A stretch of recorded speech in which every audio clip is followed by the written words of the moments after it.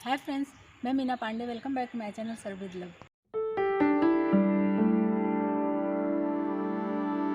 Friends, आज मैंने chilli sweet potato बना के तैयार किया जो कि बहुत ही टेस्टी है। तो आइए देख लेते हैं किस तरीके से बनाया है मैंने। इसके लिए मैंने शकरकंदी ले लिया है, स्वीट पोटैटो, और इसको अच्छे तरीके से धो लिया है। इसमें मिट्टी बिल्कुल भी नहीं है। इसको हमें बॉईल करना है। तो इसको जो उबालूंगी तो ज़्यादा इसको गलाना नहीं है, मतलब कुकर में मैं उबालूंगी तो एक सीटी देना है। एक सीटी आ जाएगी तो गैस में बंद कर दूंगी। मैंने कुकर ले लिया है, इसी में तीनों शकरकंदी डाल देती हूँ। क्वांटिटी आप अपने अकॉर्डिंग रख सकते हो, कम ज़्यादा, जैसे भी आपको जितना भी बनाना है। 2 टेबल स्पून इसमें मैं पानी डालूंगी। ज़्यादा पानी की ज़रूरत नहीं होती, क्योंकि जो शकरकंदी अभी फ्रेश आ रहा है, तो नया शकरकंदी आ रहा है, तो उसमें ज़्यादा पानी डाल के उबालने की ज़रूरत नहीं होती है।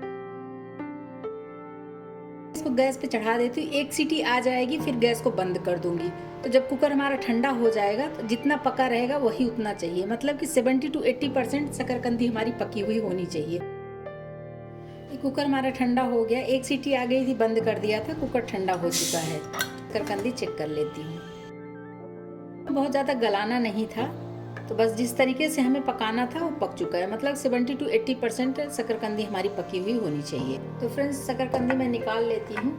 और जो पानी मैं डाली थी ना, बिल्कुल परफेक्ट पानी था, मतलब कि ये देखिए शकरकंदी भी ठंडी हो चुकी है। जैसे हाथ से पकड़ रहे हो तो हाथ में पकड़ में आ रहा है। और पानी भी ये देखिए, पानी इतना बचा हुआ है, मतलब कि उतने पानी में हमारी शकरकंदी पक गई है। इसके मैं छिलके उतार लेती हूँ। बहुत आसानी से इसके छिलके निकल रहे हैं, देख रहे हैं। इसको हमें ऐसे सर्कल काटने हैं, मतलब ऊपर नीचे का साइड निकाल देती हूँ काट के। ये देखिए, अभी इसको हमें ऐसे थोड़े से ऐसे मोटे मोटे से ऐसे सर्कल में ऐसे काट लेती हूँ मैंने इस तरीके से सर्कल शेप में काट दिए सारे। इसको अभी के लिए साइड में कर देती हूँ। 2 टेबल स्पून मैदा ले रही हूँ, 2 टेबल स्पून कॉर्नफ्लावर भी इसी में ले रही हूँ। दोनों बराबर की मात्रा में ले रही हूँ। थोड़े से नमक डाल देती हूँ, साथ में कुछ स्पाइसेस भी डाल रही हूँ। 1/4 टीस्पून रोस्टेड जीरा पाउडर डाल रही हूँ। 1/4 टीस्पून अमचूर पाउडर डाल रही हूँ। 1/4 टीस्पून काश्मीरी लाल मिर्च पाउडर डाल रही हूँ। 2 पिंच जितना हल्दी पाउडर डाल रही हूँ। 1/4 टीस्पून गरम मसाला डाल रही हूँ। इन सब चीज़ों को अच्छे तरीके से मिक्स कर लेते हैं। फ्रेंड्स, ये नाश्ता एक बार बना के देखिएगा, सबको बहुत ही पसंद आएगा। बार बार खाने की फरमाइश करेंगे इसको। तो मेरे तरीके से एक बार ज़रूर स्वीट पोटैटो का इस तरीके का नाश्ता बना के देखिए, मज़ा आ जाएगा खा के। ये हमारा मिक्स हो गया है। इधर जो मैंने स्वीट पोटैटो काट के ले लिया है, इसी पाउडर में डिप करना है। इसको लिक्विड नहीं बनाना है, इसको इसी फॉर्म में रहने देना, पाउडर फॉर्म में ही रहेगा। एक पीस उठाया है और इस तरीके से दोनों तरफ से, ये देखिए, और इस तरीके से इसे रोल भी कर देंगे ना, तो साइड में भी इसका ये पाउडर, ये जो तैयार किया है मसाला डाल के, ये तैयार हो जाएगा। ये देखिए, चारों तरफ से इस तरीके से कोट हो गया है। बस इसी तरीके का कोट हुआ होना चाहिए।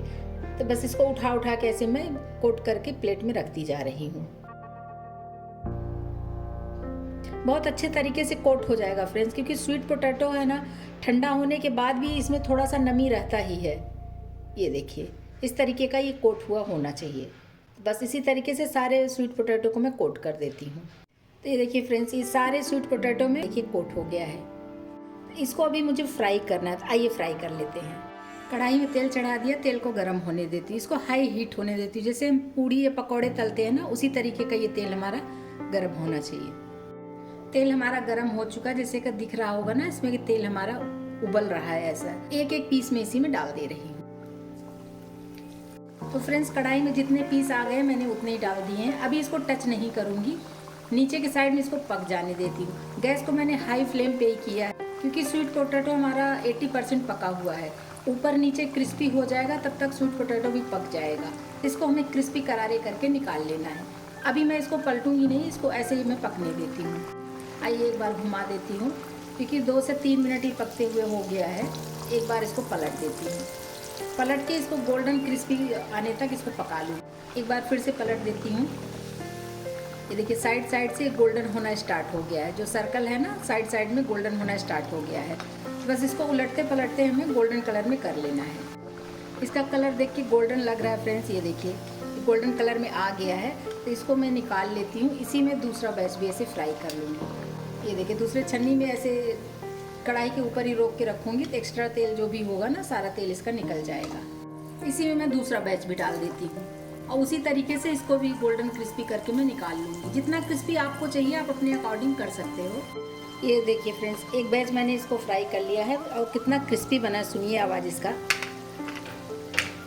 देख रहे हैं। मैंने दूसरी कढ़ाई ले लिया है, जिस तेल में भी फ्राई किया था ना, ये वही वाला तेल ले लिया है। 2 टेबल स्पून तेल इसमें डाला है। तेल हमारा गर्म हो चुका है। इधर मैंने थोड़े से लहसुन ले लिया, थोड़ा अदरक ऐसे काट लिया बारीक बारीक, इसको डाल देती हूँ। लहसुन को हमें हल्का सा गोल्डन कलर में आने देना है, मतलब हल्का सा पिंक हो जाए, जैसे पिंक होना स्टार्ट हो गया है, थोड़ा सा और पिंक हो जाए, उतना ही हमें पकाना है लहसुन को। इधर मैंने 2 स्प्रिंग ओनियन का वाइट वाला पार्ट काट लिया, इसको डाल देती हूँ। इधर मैंने हाफ कैप्सिकम काट लिया, हाफ टमाटो का जो हार्ड वाला पार्ट होता है ना, उसको काट लिया, इसको डाल देती हूँ। गैस को मैंने फुल पे ही किया है। फुल गैस पे इसको पकाऊंगी तो ये ज़्यादा पकेगा नहीं, हमें क्रंची क्रंची सा चाहिए। स्प्रिंग ओनियन का जो ग्रीन पार्ट होता है ना, इसको मैं इसमें डाल रही हूँ। इन सब चीज़ों को चला लेते हैं। इसको हमें बहुत ज़्यादा पकाना नहीं है, थोड़ा सा इसमें जो क्रिस्पीनेस होता है ना, वो क्रंचीनेस बना रहना चाहिए। बस 1 से 2 मिनट ऐसे ही फुल गैस पे ऐसे चला लेंगे, जिसका क्रंचीनेस बना रहेगा। 2 हरी मिर्ची ऐसे स्लाइस में काट लिया, इसको डाल देती हूँ। अभी के लिए गैस कम कर देती हूँ क्योंकि इसमें कुछ सॉसेस डालूंगी। 1 टेबल स्पून टोमेटो केचप डाल रही हूँ। 1 टेबल स्पून ही ग्रीन चिली सॉस डाल रही हूँ, क्योंकि स्वीट पोटैटो जो है मीठा होता है, तो ग्रीन चिली सॉस से थोड़ा सा तीखापन आएगा तो अच्छा लगेगा खाने में। Half teaspoon red chilli sauce डाल रही हूँ। 1 टेबल स्पून ही सोया सॉस डालूंगी। 1 टेबल स्पून व्हाइट वाला विनेगर डाल रही हूँ। इन सब चीज़ों को डाल के अच्छे से मिक्स कर देते हैं।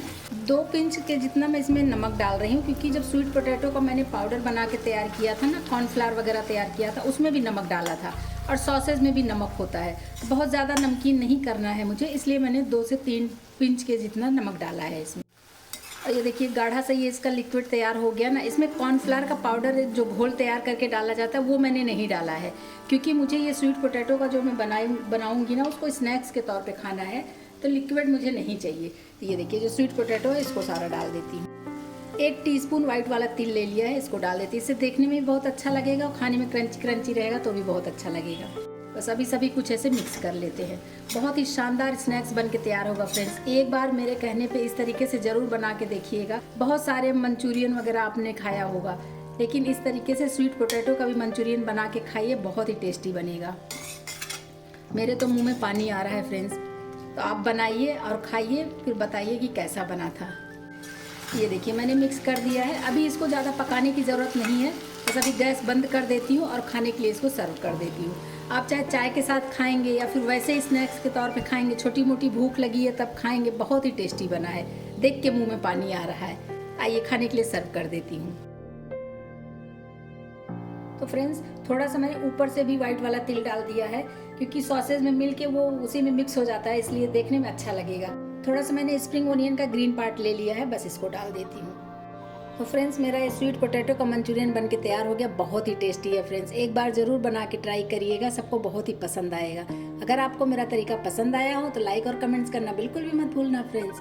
लास्ट तक मेरी वीडियो देखने के लिए थैंक यू।